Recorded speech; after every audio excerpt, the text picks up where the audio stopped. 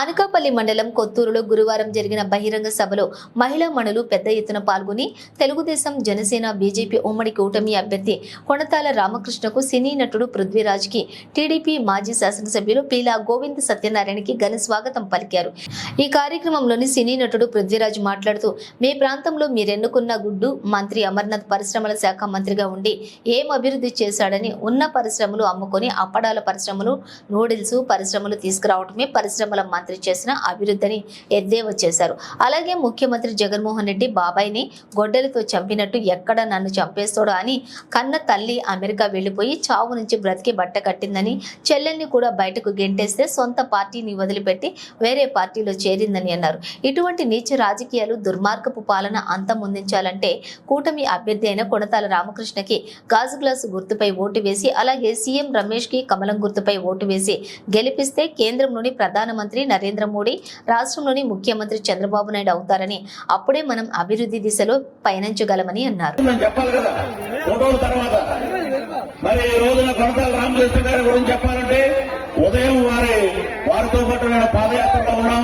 ఎక్కడికి వెళ్ళినా అపూర్వమైన స్పందన. ఈ రాష్ట్రంలో ఎక్కడికి వెళ్ళినా అద్భుతమైన లీడర్స్. 21 మంది జనసేన తరఫున ఉన్నటువంటి అభ్యర్థులు ఫోన్ చేసి వెళ్ళవలసిందిగా కోరుతున్నాం. మన జనసేనకు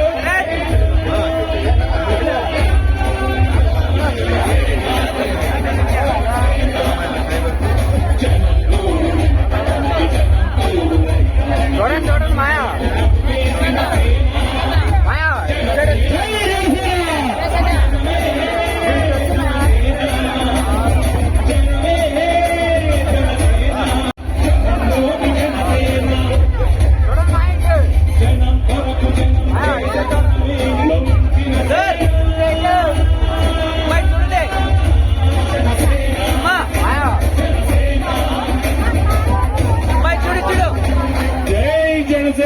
జై జై జనసేన.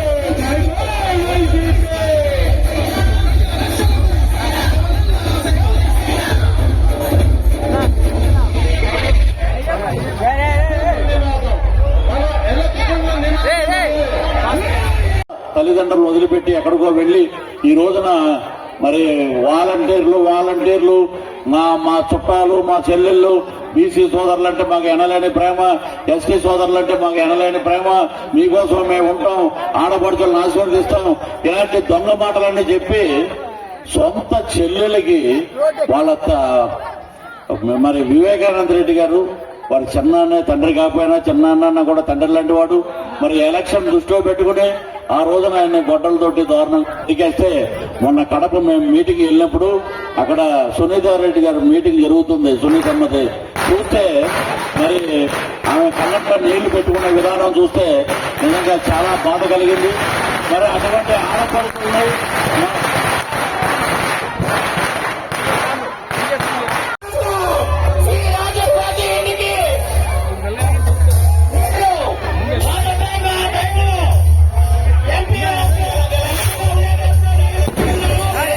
మరి 12 సంవత్సరాలు పార్లమెంటేరియన్లో ఉండి అన్ని స్థితిగతులు తెలుసు. పెద్ద పారిశ్రామికవేత్త ఆయన. బీజేపీలో ఉన్నారు, తెలుగుదేశం నుంచి బీజేపీలో వెళ్ళారు. మరి పారిశ్రామికవేత్త ఇక్కడ వస్తే ఎన్నో ఫ్యాక్టరీలు వస్తాయి, ఓ యువతకు ఉపాధి దొరుకుతాయి. అటువంటి వ్యక్తిని మనం గట్టిగా గెలిపించుకోవాలి. వారు గుర్తు కమలం. ఈ రోజున దౌర్భాగ్య పరిస్థితి ఏంటంటే, రాత్రి జరిగిన అద్భుతమైన బహిరంగ సభలో మరి కొణతాల గారు కూడా ఉన్నారు. రాజ్నాథ్ సింగ్ గారు, మన భారతదేశ కేంద్ర మంత్రి, రక్షణ తీసుకోండి. మన గుద్దులు సైకిల్ మీద కమలం మీద గుద్దంట. మన డబ్బులే అవి బయటోడి కావు. కాబట్టి గ్లాసు అభ్యర్థి గ్లాసు గుర్తు కొనతాల రామకృష్ణ గారికి, అలాగే కమలం మన ఎంపీ గారికి ఇవ్వాలని చెప్పి సీఎం రమేష్ గారిని అఖండమైన మెజార్టీ తోటి బ్రహ్మాండంగా వారిని పార్లమెంట్ కి పంపిస్తే మోదీ గారు ఏంటంటే వారిని మినిస్టర్ చేస్తారు కేంద్రంలో. మన ఇక్కడ కూటమి అభ్యర్థుల తరఫున కొనతాల రామకృష్ణ గారు మినిస్టర్ అవుతారని చెప్పి సందర్భంగా మేము తెలియజేస్తున్నాం. ఒకడేమో ఇరిగేషన్ మినిస్టర్, వాడికి ఏమీ తెలియదు, అరగంట గంట అంటాడు అంబటి రాంబాబు. అదేదో డ్యాన్స్, సంక్రాంతి పండుగ వచ్చినప్పుడు డ్యాన్స్ చేసుకుంటాడు. ఇతను ఇరిగేషన్ మినిస్టర్ అంటే మన దరిద్రం. ఒక పక్క డైమండ్ రాని రోజా, ఆవిడేమంది ఆడవాళ్ళు సిగ్గుపడాక మరి ఈ రోజున ఆవిడ ఏం మాట్లాడింది?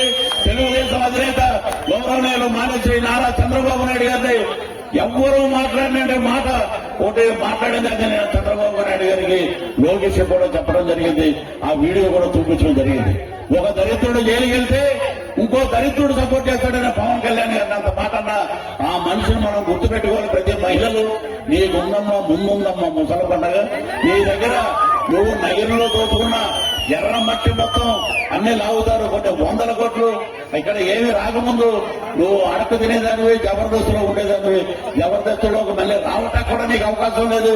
ఈ సందర్భంగా ఏం చేస్తున్నావు? దోచుకున్నదంతా కక్కిస్తామని చెప్పి సందర్భంగా మేము తెలియజేస్తున్నాం.